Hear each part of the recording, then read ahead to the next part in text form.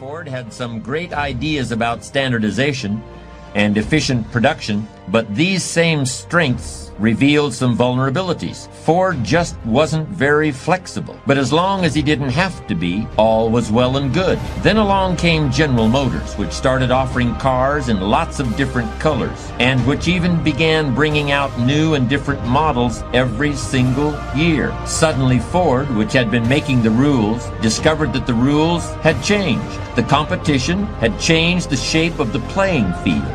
Ford's success had been attained by limiting options and minimizing complications, but now there was immediately a need for adaptability and change. Despite its early lead in the car industry, Ford was now forced to play catch-up, and it took nearly 70 years. That's what happens when rigidity and narrow thinking runs into flexibility and creative innovation. Sometimes in the late afternoon when the sun is setting and I look out at the flow of traffic on our great interstate highway system, with the television picking up the 5 o'clock news of the world via satellite, and the telephone answering machine taking the calls, and supper cooking in the microwave oven, I like to reflect on how much the world has changed over the past 50 years. Microcomputers, supersonic passenger planes, men walking on the moon, Israel and Egypt at peace, the collapse of communism, fax machines, video conferencing, and these are just a few changes I've seen in my lifetime.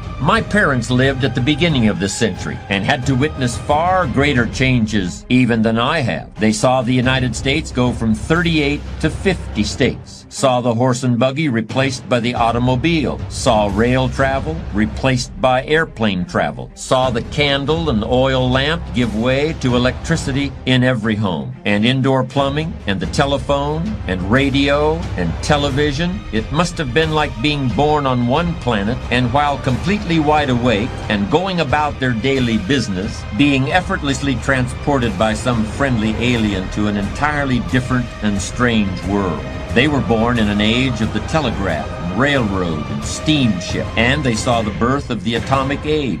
Instead of fearing wild Indians, they learned that the entire human race could be wiped out by a single finger pushing the wrong button. But perhaps I am not giving my parents enough credit. It's true they saw tremendous changes, and the world of 1950 compared to the world at the start of the 20th century must have looked like a science fiction dream of the future come true, but not the way anybody would have predicted. My parents not only lived with these tremendous changes, they managed to thrive with them. They brought electricity into their home and change into their lives.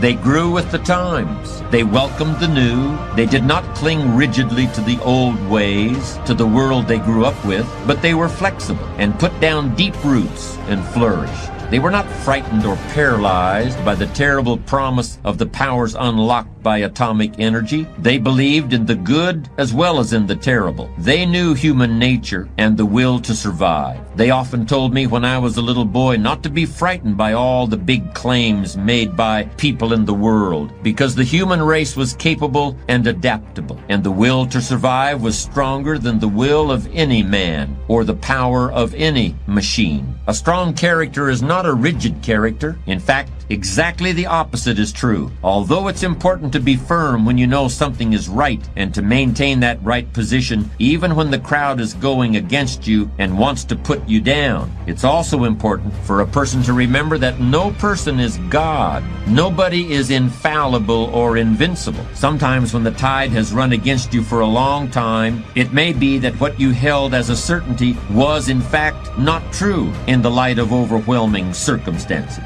It's not only right, it's also smart to be able to see more than one way to accomplish a task. It's wise to see more than one solution to any problem. It's a good skill to see things as someone else might see them, because when the plan that served you so well for so long doesn't work anymore, then it's time to find another way. It's time to bend. It's time to move on, to change, to compromise, to talk, or you'll risk snapping like a dead branch in a stiff breeze.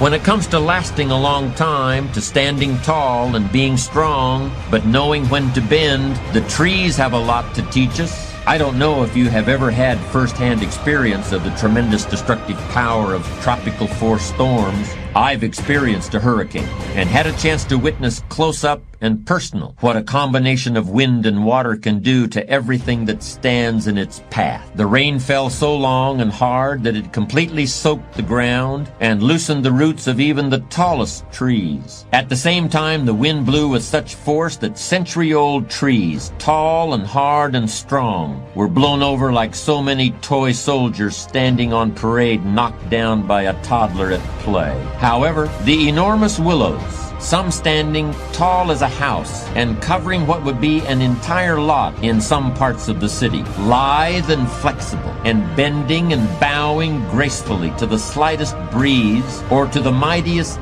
gust, weathered the heavy blows of the storm. They were almost the only large objects left standing after the air had cleared. Not only were tall trees and power poles and seawalls crushed by the storm, houses built to stand up under normal circumstances collapsed and their roofs were carried off in one piece and blown clear into the next county. Everything that tried to oppose the storm's fury was damaged or destroyed. Everything that gave way, that was strong yet flexible, survived. Maybe some of you remember playing the game of scissors, stone, and paper when you were kids. You know, make a fist and count to 3. At 3, put out a flat hand, paper, 2 fingers, scissors, or keep the fist, stone. In the game, scissors cut paper, paper covers stone, and stone breaks scissors. Whoever put out the winning object got a point. The best strategy was not to stick to one thing. You had to try and guess what your opponent would offer, and turn your fist into the thing that would defeat your opponent's scissors, stone, or paper. This game teaches a child to think about the nature of materials, how something can be strong or appropriate in one situation and yet be the wrong tool, a losing proposition in another. It also teaches a child to vary his approach, to be flexible, so that his opponent can't anticipate what he's going to do, and recognize that even as you are trying to outsmart the other guy is also trying to outsmart you. It remains to be seen how the great changes we are seeing right now in our own day, the laptop computer and the rise of the internet, the prospect of scheduled flights on the space shuttle, and the falling away of international boundaries to trade, the rise of nations in the Pacific Rim, and the apparent decline of the old European powers, it remains to be seen how these changes will affect our own lives and the lives of our children. You see, the nature of change is such that these things which today look so large and important may turn out to be mere flashes in the historical pan. There may be something else we haven't even thought about. It could be something as obscure as a population explosion among virus-resistant rabbits in Australia. That will be the key element in global changes we can neither anticipate nor even imagine. This has often happened throughout history. That's a key point, of course. That's why all our best-laid plans do sometimes go astray. It's entirely possible and even likely that nothing will ever turn out as we expect. And so no matter how much we prepare for one turn of fate, something will sneak up from the blind side when we're least expecting to be interrupted at our accustomed rounds. When that time comes, as it will, the people who survive and even triumph over the unanticipated will be people who are ready to adapt.